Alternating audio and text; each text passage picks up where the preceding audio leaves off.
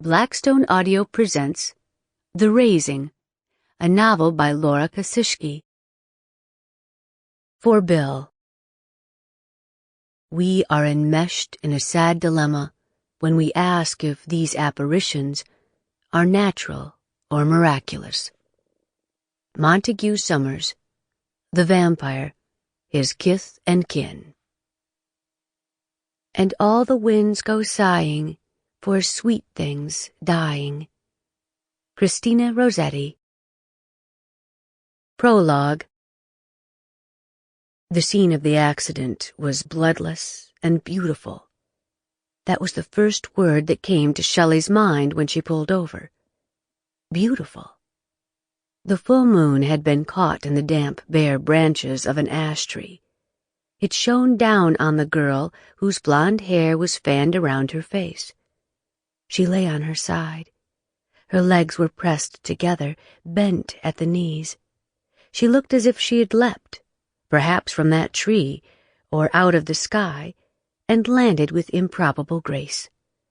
She was wearing a black dress, and it was pooled around her like a shadow. The boy had already climbed out of the smashed vehicle and crossed a ditch full of dark water to kneel by her side. He seemed about to take her in his arms. He was speaking to her, pushing her hair out of her eyes, gazing into her face.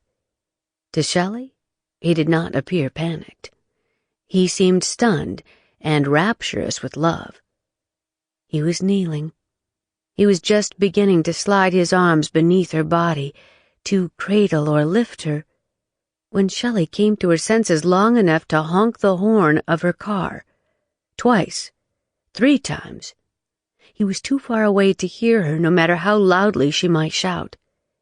But he heard her honk, her horn, and looked up, startled, confused, as if he had thought that he and the girl were the last 2 creatures on earth.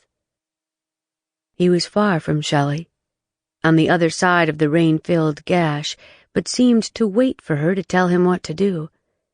And Shelley was somehow able to tell him, as if they could speak to one another without bothering to speak, as if they could read one another's thoughts. Later, she would consider this.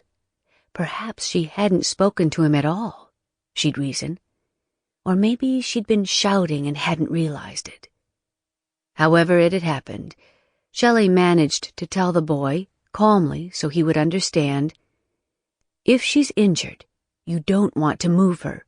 We need to wait for the ambulance." Sample complete. Ready to continue?